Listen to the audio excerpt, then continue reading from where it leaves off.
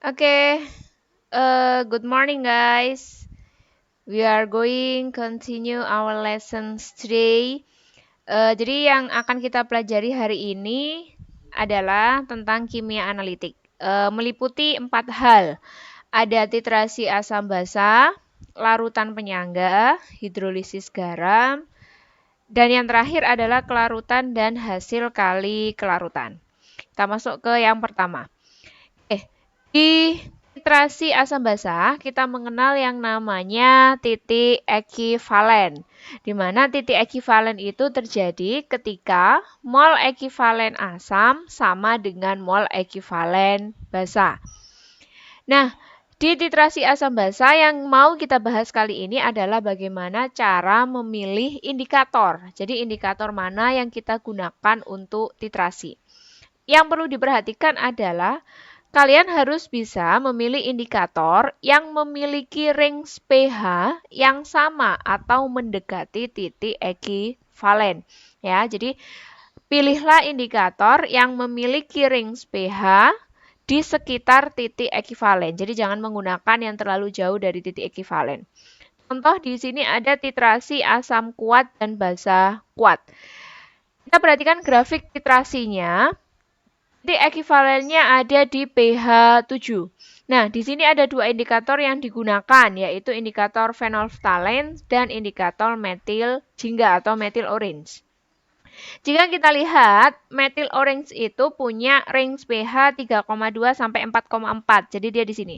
Sedangkan indikator PP range pH-nya 8,2 sampai 10. Kalau kalian perhatikan, titik ekivalen dari titrasi ini kan ada di pH 7. Maka indikator yang paling tepat untuk digunakan adalah indikator PP karena dia lebih dekat ke titik ekivalen. Contoh yang kedua adalah titrasi asam kuat dan basa lemah. Kita lihat grafiknya, titik ekivalennya ada di daerah di bawah 7. Jadi di pH di bawah 7. Kalau kalian diminta untuk memilih indikator mana yang paling tepat, otomatis yang paling tepat adalah indikator metil orange karena dia lebih dekat ke titik ekivalen. Jadi gitu ya, jika yang ditanyakan adalah indikator apa yang paling tepat digunakan, pilihlah yang paling mendekati range titik ekivalen. Nah, untuk rumus titrasinya, seperti yang sudah kita pelajari, rumusnya adalah Mafana, Ma kali Va kali Na atau valensi asamnya sama dengan Mb kali Vb kali valensi baza. Oke, next tentang larutan penyangga atau buffer. Jadi, larutan penyangga, seperti yang sudah kalian tahu, larutan penyangga itu adalah larutan yang dapat mempertahankan harga pH. Jadi dengan penambahan asam maupun basa ataupun pengenceran, dia pH-nya tidak akan berubah drastis. Di sini ada contoh 10 ml larutan basa kuat KOH direaksikan dengan asam lemah CH3COOH. Jadi ada basa kuat dan asam lemah. Nah, jika kalian menemui soal seperti ini, maka harus direaksikan dulu. Jadi CH3COOH, di sini kita reaksikan dengan KOH, hasilnya adalah CH3COOK plus H2O. Jangan lupa kalau sudah direaksikan, maka harus disetarakan. Nah, karena di sini reaksinya sudah setara, setelah itu, kalian masuk ke mula-mula reaksi sisa. Jadi nanti kalau ada soal di mana ada asam yang direaksikan dengan basa, maka harus dibuat seperti ini dulu. Dibuat reaksinya dulu, kemudian dibuat MRS. Nah, di sini ciri dari penyangga adalah biasanya dia akan terdapat sisa di yang lemah. Jadi di sini ada CH3COH kan dia tersisa 1 mol. Nah, jika kalian menemui soal yang seperti ini, maka jika yang ditanyakan menghitung pH, maka pH-nya dihitung dengan pH larutan penyangga.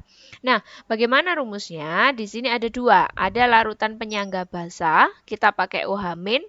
Kalau dia larutan penyangga asam, kita pakai H+. Nah, karena di contoh soal ini tadi yang tersisa adalah asam lemah, maka kita pakai rumus larutan penyangga asam. Jika nanti yang tersisa adalah basa lemah, maka kalian bisa menggunakan rumus penyangga basa. Ya, jadi OH- sama dengan Kb kali mol basa dibagi mol asam konjugasi. Konsentrasi H+ sama dengan Ka kali mol asam per mol basa konjugasi. Nah, yang perlu kalian perhatikan adalah di sini. Jadi, pengaruh penambahan asam maupun basa. Yang pertama untuk larutan penyangga asam. Contohnya di sini ada CH3COOH dan CH3COONA. Jika campuran dari CH3COOH dan CH3COONA ini ditambahkan asam, maka kesetimbangannya akan bergeser ke kiri. Jadi penambahan ion H+-nya dia akan bereaksi dengan CH3COO-. Kemudian jika penambahan basa, OH- dari basanya akan bereaksi dengan CH3COOH. Nah, yang perlu kalian perhatikan adalah reaksi ini. Jadi reaksi setelah penambahan asam itu bagaimana dan reaksi setelah penambahan basa itu bagaimana. Karena ini nanti yang kalian gunakan untuk perhitungan di soal. Kalau dia ditambahkan basa, reaksinya akan menjadi CH3COOH plus OH- menjadi CH3COO- plus H2O. Jadi konsentrasi CH3COO-nya akan bertambah, sedangkan konsentrasi CH3COOH-nya akan berkurang. Ini yang perlu diperhatikan. Yang kedua, larutan penyangga basa. Contohnya adalah NH3 dan NH4Cl. Jika dia ditambahkan asam, maka H+ itu akan bereaksi dengan NH3, membentuk NH4. Sedangkan jika dia ditambahkan basa, OH-nya akan bereaksi dengan NH4. Ya, jadi reaksi-reaksi ini kalian perhatikan untuk nanti di pengerjaan soal. Next, ada hidrolisis garam. Hidrolisis garam ini merupakan reaksi anion atau kation yang bersifat lemah. Ingat ya, reaksi anion atau kation yang bersifat lemah dari garam dengan air. Reaksi asam dan basa itu kan nanti menghasilkan garam dan air. Nah, anion dan kation yang ada dalam garam itu nanti bisa bereaksi kembali dengan air. Ada 3 jenis hidrolisis, ada tidak terhidrolisis, hidrolisis parsial, dan hidrolisis total. Jika dia asamnya kuat, basanya kuat, maka dia tidak akan terhidrolisis. Jadi jika kuat-kuat dia tidak terhidrolisis, sifatnya netral, maka pH-nya 7. Sedangkan jika salah satunya lemah, entah basanya yang lemah atau asamnya yang lemah, maka dia tergolong hidrolisis parsial atau sebagian. Jika dia terbentuk dari asam kuat dan basa lemah, jadi yang kuat yang asam, maka sifatnya asam, pH-nya kurang dari 7.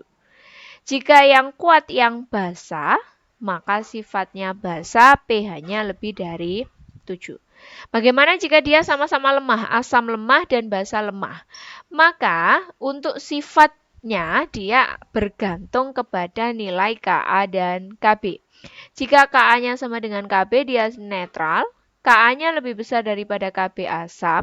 Ka-nya lebih kecil daripada Kb, dia basa.